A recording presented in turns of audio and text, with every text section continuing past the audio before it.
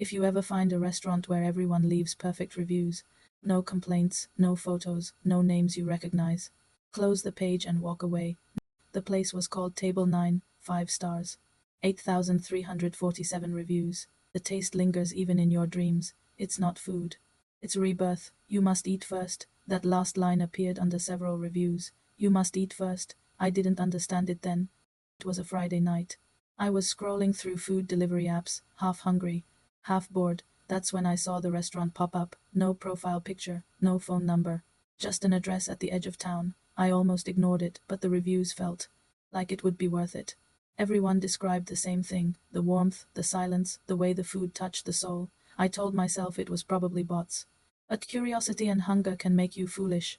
So I decided to go to see the place instead of ordering. The cab dropped me off at Birch Street. It was strange. The restaurant stood between an abandoned bookstore and a hair salon, yet it glowed softly. Warm golden light could be seen through its curtains. The sign above the door was simple. There was no crowd.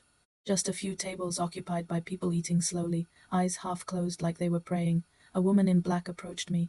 Her smile was polite but distant, the kind of smile people practice too often. "Welcome," she said. "Table for one." I nodded. She led me to a table near the window. As she handed me the menu, she added the same strange words I had seen online. "Please, eat first." The menu had no prices, just names of dishes written in a language I didn't recognize. I pointed at one at random. When the food came, it looked perfect. Tender meat, creamy sauce. It smelled like comfort. I took one bite, but something about it made me feel heavy. My chest tightened as a low hum filled my ears. I blinked, and for a second, it felt unreal. When I looked around again, the room was normal. Everyone was still eating, smiling. I told myself I was just tired. I paid and left, but as I stepped outside, I noticed something odd. The air felt thicker, the street quieter. My reflection in the window looked pale. I brushed it off, drove home, slept. The next morning, I woke to a new notification on my phone. A message, no name, no number, just one line. "You have 4 meals left." The message stayed on my screen all morning. "You have 4 meals left." I deleted it immediately. Must have been spam, right? My chest still felt heavy, my throat dry. It wasn't hunger. It was like my body was adjusting to something it didn't understand. I convinced myself I had overreacted. Maybe I had just had bad food. Maybe Table 9 wasn't as perfect as people said, but when I tried to tell my friend Zara about it, she froze. "Wait," she said, "you ate there?" I frowned. "You know it?" She hesitated, sort of. "My cousin went once. Said the food was incredible. Then a week later, she got sick. She went back a few more times before she didn't finish the sentence." I laughed awkwardly, trying to make light of it. "You're making it sound cursed." Zara didn't laugh back, just, "Don't go again, Chloe." That night, I couldn't sleep. The taste of the meal lingered on my tongue like it was waiting to be remembered. I swore I could still smell it in my kitchen. When I looked up Table 9 online again, the reviews had changed slightly. New ones were posted, 3 left, almost full. "It's getting closer," and one line that made my skin crawl. "Don't waste your meals." I scrolled for the reviewer's name, but the account was gone. I tried calling the restaurant, no answer. Then, out of panic or madness, I decided to drive there again, just to see. The lights were still on. Same warm glow spilling onto the pavement. Inside, people were eating, smiling, humming softly like a hymn, and behind the counter, the same woman stood, same black dress, same perfect smile. She looked up. "Welcome back, Miss Chloe." I froze. "How do you know my name?" Her lips curved slightly. "You came once. The table remembers." I should have left. I should have turned around when she said that, but something about her voice, calm, warm, almost familiar, made me walk in again. "Same table?" she asked. I didn't answer, but somehow I found myself sitting at it. The same seat by the window, the same candle flickering between us. The menu was already waiting. Only this time, there were no words on it. Just a blank page that smelled faintly of spice. I blinked, and when I opened my eyes, one meal appeared, written in neat gold script, "Chef's choice." I didn't even order it. A few minutes later, the woman placed the plate in front of me. Steam curled upward, carrying that same scent, buttery, sweet, but with something faintly metallic underneath. "Eat first," she whispered. The other customers were eating slowly, rhythmically, like they were all part of one breath. I took a bite this time. It didn't melt in my mouth. It sank. The flavor was rich and heavy, and for a heartbeat, I tasted something I couldn't name. When I looked up, a man was staring at me from across the room. His skin was pale, his eyes hollowed as if sleep had long forgotten him. He raised his fork in a silent greeting. After a moment he stood and came over. "First time?" he asked quietly. I nodded slowly. "Second." His face twitched. "Don't come again. What are you talking about?" He glanced toward the counter. The woman in black was watching us, still smiling. He leaned closer, voice trembling. "They count you. Every time you eat here, they take something from you. The fifth time. They take everything." I wanted to laugh. Wanted to tell him he sounded insane. But his hand shook as he lifted his sleeve, and I saw his wrist. His veins glowed faintly beneath his skin, dark and red like they were lit from inside. "4 times," he said.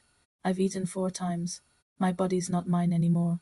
Then he backed away, left some money on the table, and walked straight to the kitchen door instead of the exit. The waitress didn't stop him. She just whispered to me, "Your second meal is complete. 3 remain." I stood up so fast my chair fell. "What did you say?"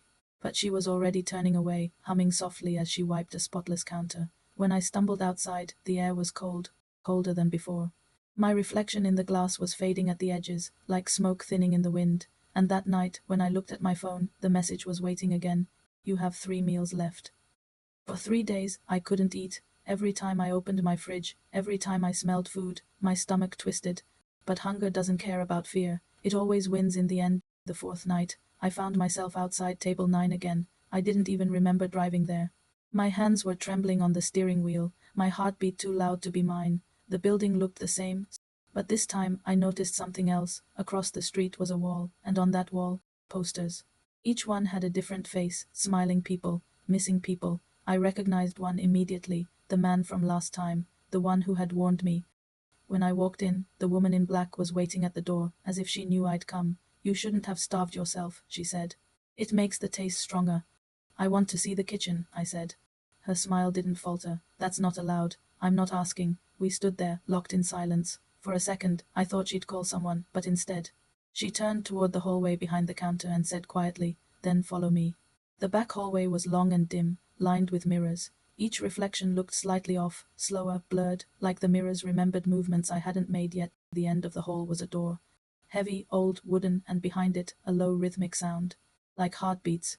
When she pushed it open, I froze. The room was filled with tables, not for guests, but for preparation. On each, something lay covered in white sheets. The smell was thick, not of food, but iron, decay, and something faintly sweet. And then, one of the sheets moved.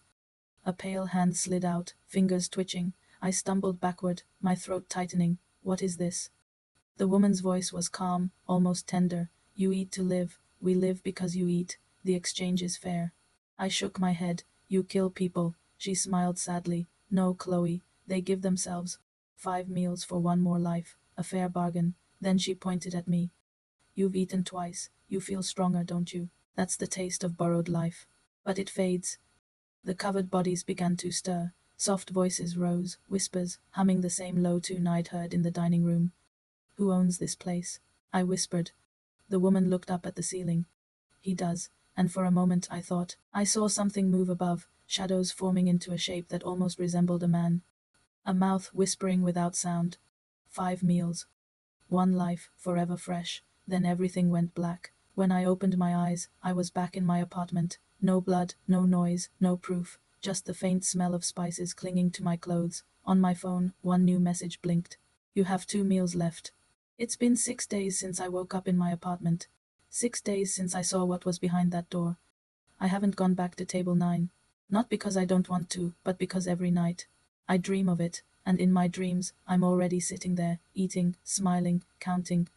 2 meals left. The message still flashes at random on my phone screen. Even when I turn it off.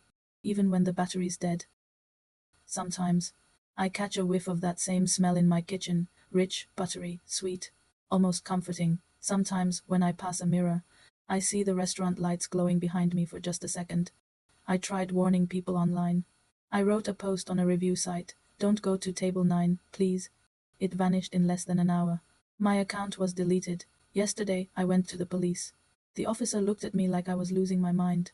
Said there's no record of a restaurant called Table 9 in the entire city. He even drove me to Birch Street. There was nothing there, just an empty building with boarded windows and a faded for rent sign. But when I looked closely, under the peeling paint, I could still make out the outline of letters.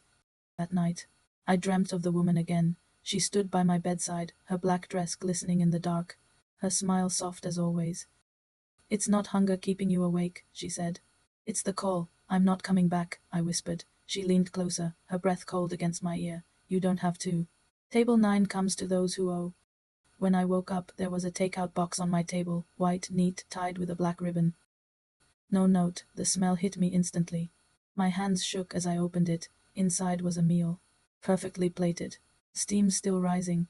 I should have thrown it away, but my body moved on its own. My phone buzzed, the same message: "You have one meal left." I dropped the fork. The lights flickered somewhere. Faintly, I heard humming. The same low tune from the restaurant, seeping through the walls, through my bones. And now, as I record this, because someone has to know, I can feel it coming closer. My reflection in the window isn't following my movements anymore. My eyes look like hers now, dark, polished, endless. If you're watching this, if you ever see a place called Table 9, or someone tells you eat first, don't, because the food tastes like heaven, and heaven always wants you back.